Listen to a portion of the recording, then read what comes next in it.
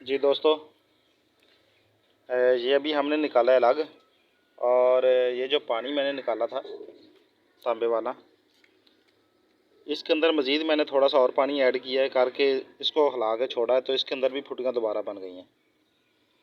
ये आप देख सकते हैं, इसके अंदर दोबारा मज़ीद फुटियाँ बन गई हैं। ये कापर की हैं या पारे की, ये तो बाद में अंदाज़ा लगाया जाएगा, लेकिन अभी फ़िलहाल इसके अंदर जो फुटियाँ हैं ये भी मैं इंशाल्लाह इकट्ठी करता हूँ।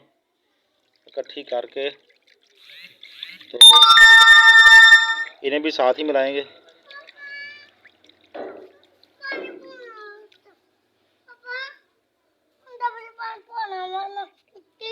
अच्छा, ये देखें, ये फुटियाँ बन गई हैं मुकम्मल इसकी। तो ये भी इसी तरीके से बिठा के साथ मिला के चरख देंगे।